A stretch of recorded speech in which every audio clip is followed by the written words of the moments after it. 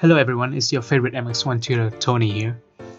And in this video I will show you my top tips and tricks and bug fixes for Intel Quartus Prime. I'm going to start off with the tips and tricks first, and then the second half of the video will be the bug fixes. Tips and tricks number 1. Scaling. If you use Quartus Prime on a laptop, specifically ones with a high resolution, Full HD or even 4K on a small screen, your Quartus Prime environment will likely look like this. Where the symbol names, ports and pins are all cropped or cut off. So you can see these flip-flops have different names, but they're all showing up as inst or inst. This makes looking at their names or debugging a real challenge.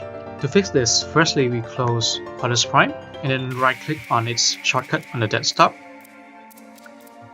Choose Properties. Click on the Compatibility tab. Then click on Change High DPI Settings. Override the scaling behavior by the application and choose System instead. Hit Apply.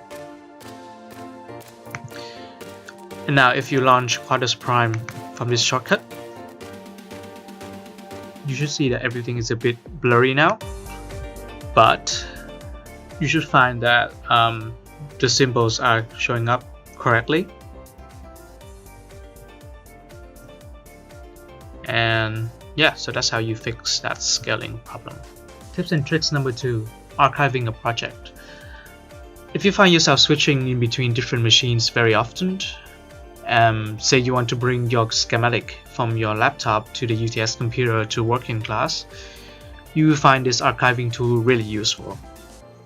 So what we do is, when we want to copy a project, instead of copying the whole folder, what we can do is go to Quartus Prime. This is my project file. Hit on Project and then Archive Project. You can choose the location of the file as well. I'm just going to put it on the desktop for now. Services, Project, Archive, and then hit Archive. Once that is done, you will see that you have created a project archive.qar file. This is just a log file. You don't need this log file. You can delete it. So all you need to do now is to copy this file onto a USB, bring it to school, and then when you double click on it, it will ask you to restore the archive project. So this is the file that we just made, and then it will create a new folder called Project Archive Restored. You hit OK, and yeah, so now we can see the same schematic and project file as before, in a new folder called Project Archived Restored. Please note that this archiving tool only saves the schematic that are included in your project. That means all the symbols and blocks that you use in your top level entity. That's not the whole original folder, as we can see here. These are different. Speaking of the files of the project, we move on to tips and tricks number 3, managing files. So the project that is open up at the moment has only one schematic file. We know that by clicking on the project navigator menu here and choose files. So, also a waveform file. So we have one schematic file and one waveform file. You can add more files into a project by clicking on project and choose add or remove files in project. And here you can search for files and add them into your project. So now I'm gonna add one more file into the project by copying it to this folder. Note that even though we copy the file into the project folder, it doesn't show up in files because it's not linked to the project yet. So you must click on project and add or remove file, and then choose the file you want to add. So now when you hit apply, and OK. You should see that it comes up in here. One other thing about managing files is that every time you hit compile, start compilation up here, it will compile your top level entity. If we go to hierarchy, we can see that the top level entity now is this BCD counter file. We can change the top level entity by going to files again, right click on a schematic and set it as the top level entity.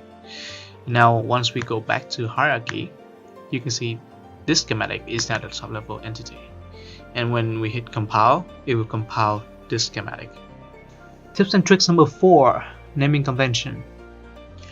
A lot of you might have experienced this already. Quartus Prime doesn't like it when you name your files starting with a number, including spaces or special characters. So basically, these names are good and these are not. Tips and tricks number 5, the bus tool. The bus tool is this tool here, the orthogonal bus tool. It is very useful in managing the wires and connection in a schematic. So let's say we want to connect wires to this N6 gate. Instead of doing individual connection like this, what we can do is we can use the bus tool.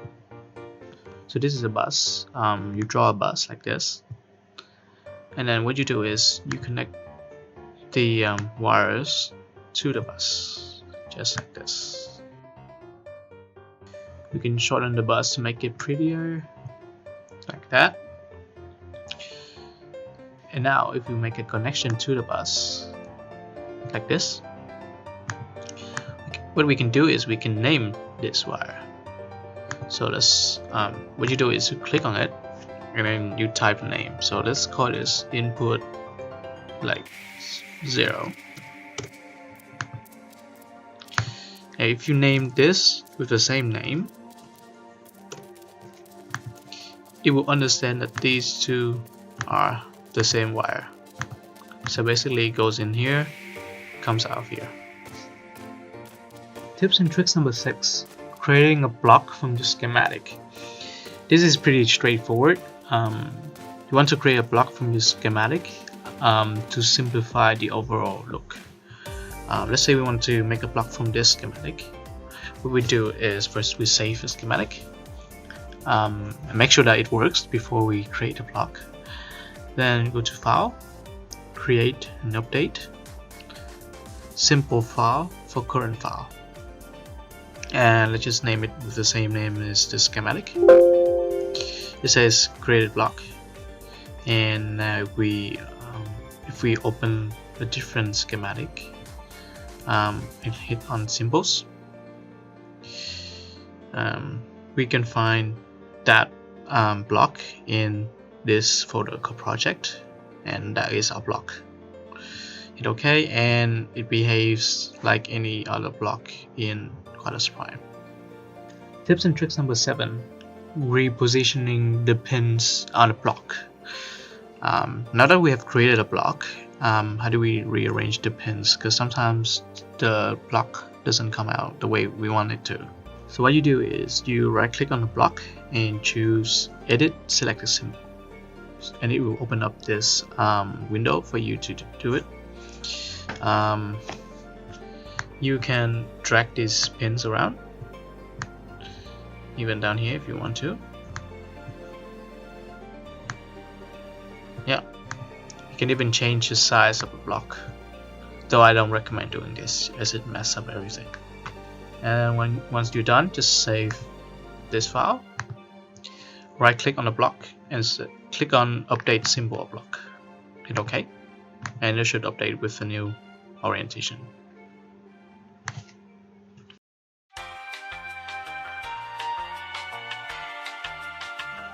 So now let's talk about the common bug fixes. Most people have problems with running the simulation file.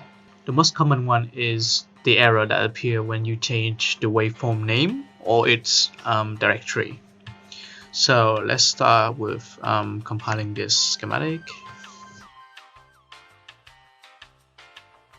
Once that is finished, let's create a new waveform file for it, and then let's put in the nodes like usual. Now when you save the file, it will ask you to choose a location and the name. Now the default name is waveform 1. Let's change it to something else like wave 200 or something, right? So when you hit save, it saves like normal, but when you run the simulation, an error will come up. It will say something like the vector input file option does not exist, right? It's because you can see here the directory and name is still linked to the old name in directory called waveform 1. So how do we fix that? You fix that by going to simulation and simulation settings, and please note this will fix a lot of problems and not just with the name and directory. See how it's still waveform 1? If you hit on restore default, it now changes to wave 200, which is what we named it, right? Same for the timing simulation. They both change when we hit restore default. When we hit save and then save this file again, when you run it, it should now work. Yep, it worked. Okay. Another very common error appears when you have, as I mentioned before, with the symbols names and the input and output name. So for this schematic, instead of Q0 here, if we name it with something else like 200 Q0, starting with a number, and we compile, see how it still compiles normally, but when we go to the simulation, now when we run the simulation, yes, a different error message will come up. Now it says near 200, syntax error, unexpected integer number. So yeah, basically all we need to do is to go back here and then change the name and then recompile and run the simulation again. Another very common problem is if you compile a schematic and this error message comes up, logic function of type something, and instance inst is already defined as a signal name or not a logic function. What you can do is you can double click on the error message and it will take you to the block that it's referring to. And the case here is that we have two blocks with the same name, and that is illegal in Quartus Prime. So we have this D flip-flop with the name inst and this one with the name inst as well. So what we need to do is just to rename one of them to a different name, and then everything should work. And the final bug fix I'm gonna mention in this video is this error. There it says illegal wire or bus name blank of type signal. So if you double click on the error message, it would take you to the schematic that has that error, and we can't see anything because the name is blank, right? So how do you know which wire to look for?